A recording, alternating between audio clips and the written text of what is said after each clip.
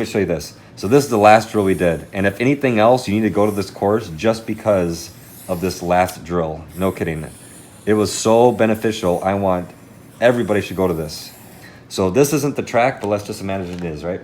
So the whole time, I already mentioned there's a dashed line in the middle going around the whole entire track. Okay?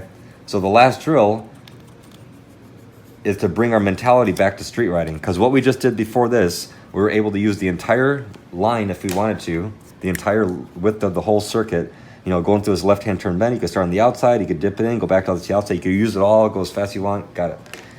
But for the last drill, this was really fun. Now they imagine, it's like, okay, this is a two-way street. I want you to imagine both lanes, 2 lanes of traffic going one direction. And they put random cones like this, like 2 cones that are stood up, I think here, and there's another one over here, okay?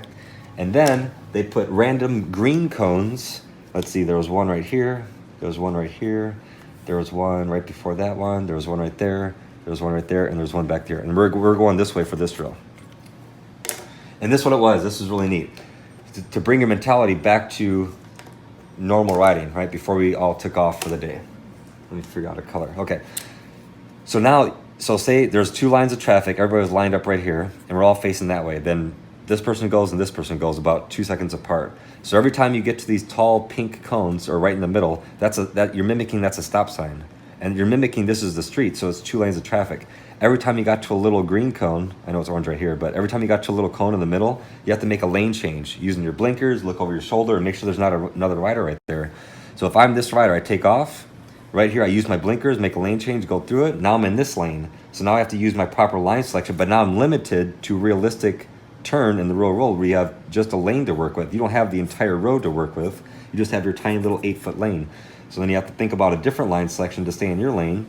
And then now you get to another cone, you make a lane change again, make sure there's not a rider right there. And now you're in this lane, and you have to think about this line selection. You go through, same thing, 2 cones, you got a stop sign, take off, different line, at the cone again, make a lane change, and you just keep on going. Lane change, going through lane change. And then you end up being on their same track. And then the opposite riders, they're doing the exact opposite thing, but going on the same track. So that was so much fun. And that was such realistic to think about traffic riding. So if anybody that has not that much experience in traffic and they're a little bit nervous about switching lanes and you want to be on the public roads, that drill alone was absolutely worth the entire course.